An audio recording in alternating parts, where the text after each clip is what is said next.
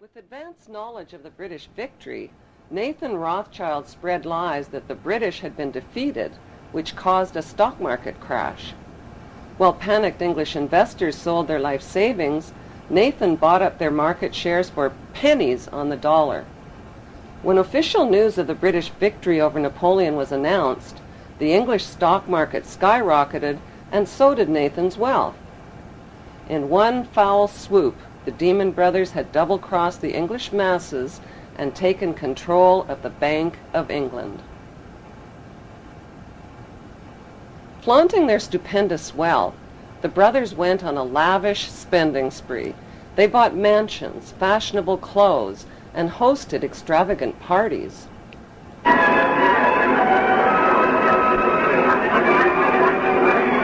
By 1818, they had picked the pockets of French investors by crashing the French government bond market.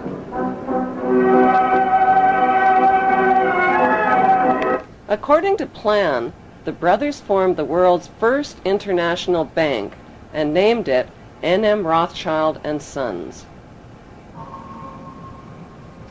The Pope became their most famous customer.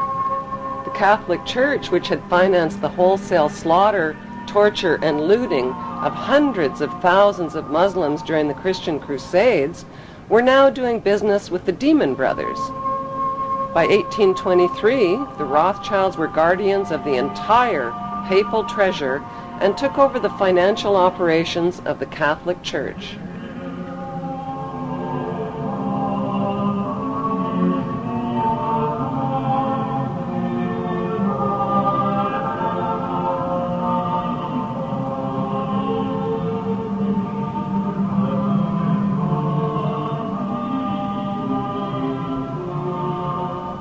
Enraged citizens accused the Rothschilds of conspiring to control the world's money markets.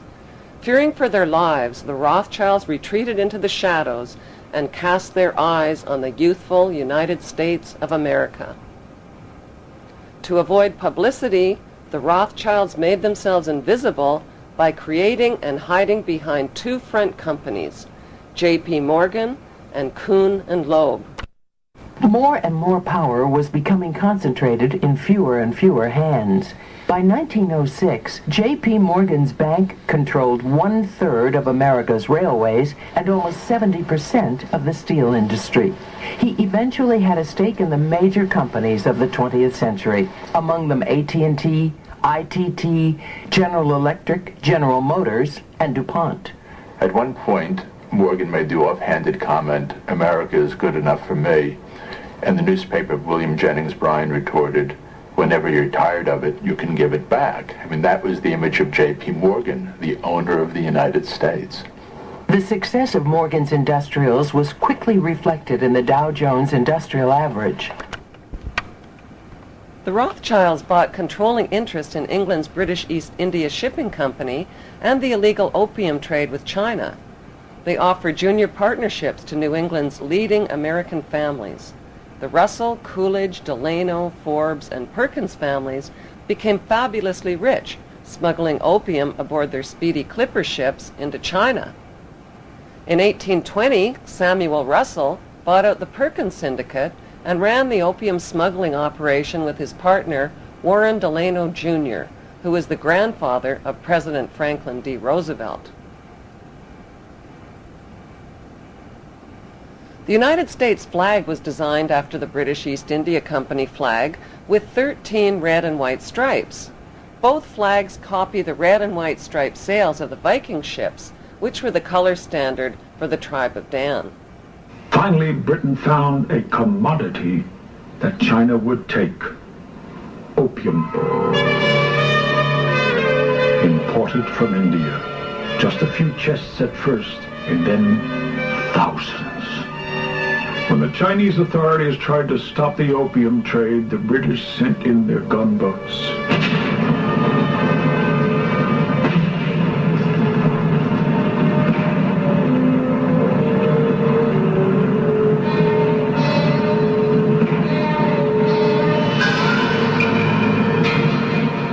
After nearly 20 years of turmoil, the Treaty of Tianjin in 1858 not only allowed opium to be imported, but handed over China's ports and all her international trade to Western control. After the war, opium poured into China on an even greater scale, and her emperors were powerless to stop it. In 1842, the British stole Hong Kong from China in an opium drug deal called the Treaty of Nanking. The Russell family, who controlled the U.S. arm of the Rothschild drug smuggling operations, set up the Skull and Bones fraternity at Yale University. America's big money families formed the fraternity's inner power circle. Taft, Russell, Schiff, Harriman, Bush, Warburg, Guggenheim, Rockefeller, Stimson, Weyerhaeuser, Vanderbilt, Goodyear, and Pillsbury were all members. These families intermarried over the generations to form America's big money aristocracy. Skull and Bones member Alphonso Taft catapulted his son, William Taft, right into the top job at the White House. President Taft's 17th Amendment to the United States Constitution guaranteed the right of big money insiders to hand-pick senators and buy control of the United States Senate. Today, the most influential members of the CIA, the U.S. government, and big finance are Skull and Bonesmen.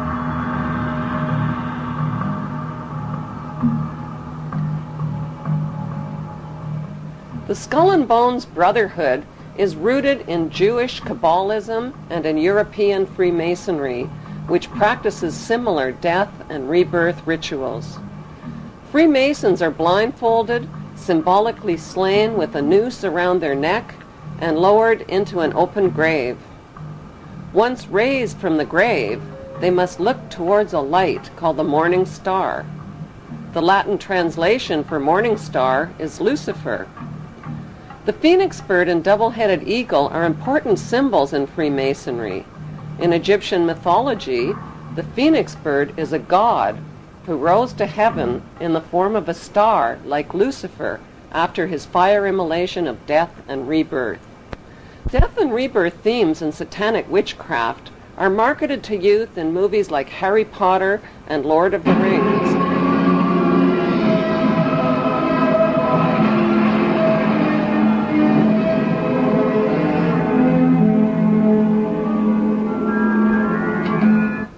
The Hollywood movie lots are owned by the Illuminati Lehman Brothers, Rothschild agent Kuhn and Loeb, and Goldman Sachs.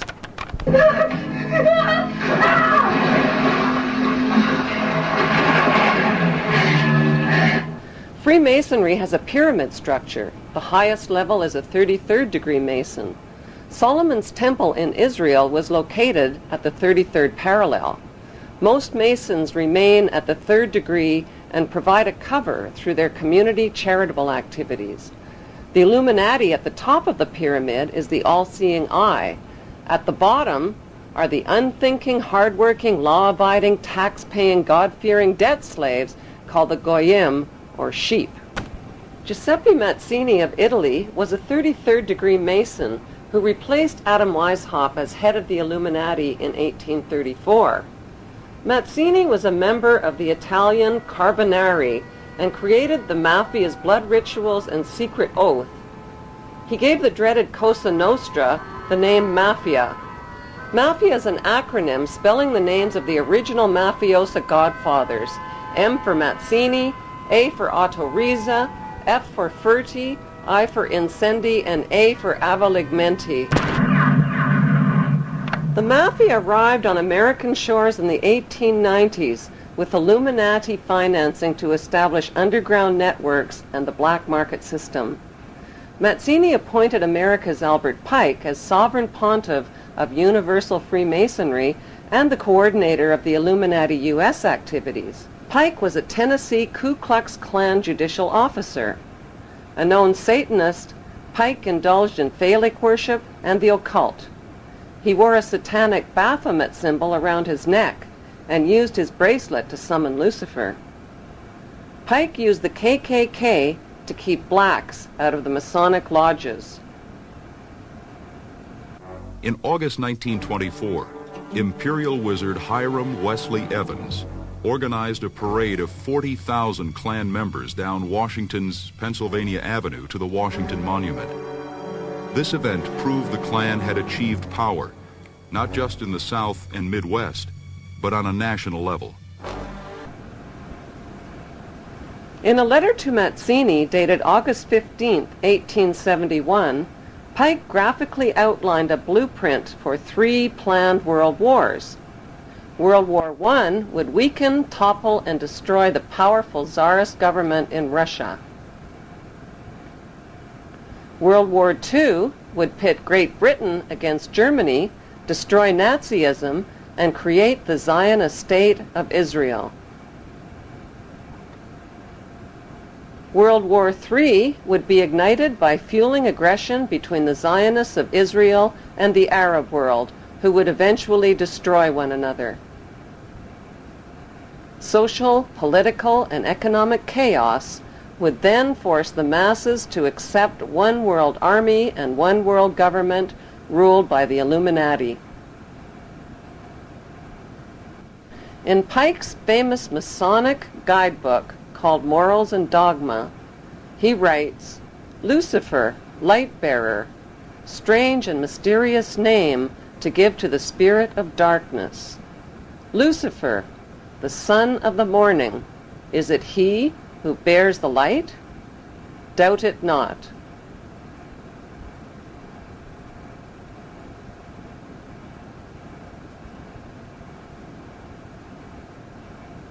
Albert Pike was a Confederate general in the American Civil War. The Rothschilds sent British agents to conspire with Pike and with U.S. politicians and provoke the rebellion that started the American Civil War.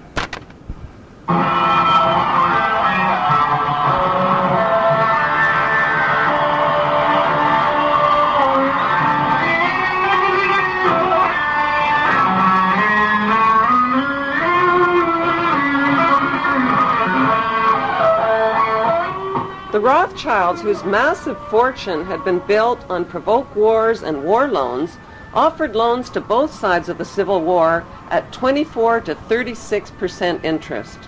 When President Abraham Lincoln tried to stop the loan sharks by issuing greenback dollars interest-free, a gunman with European connections named John Wilkes Booth shot him down in cold blood.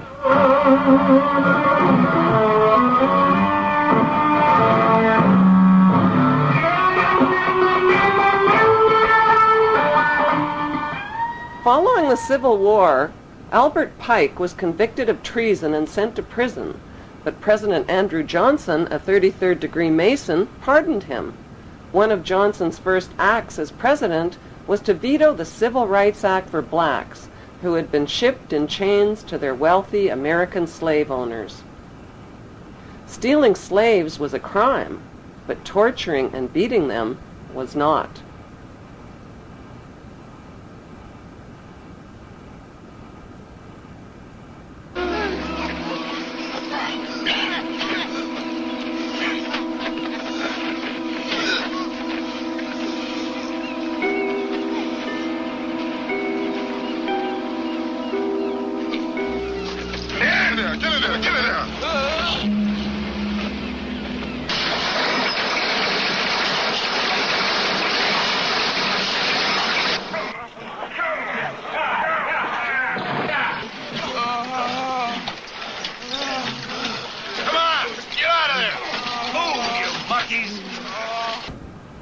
A statue of Albert Pike, a convicted traitor, Satanist, 33rd-degree Mason, and Ku Klux Klan racist, stands today in the heart of Washington, D.C.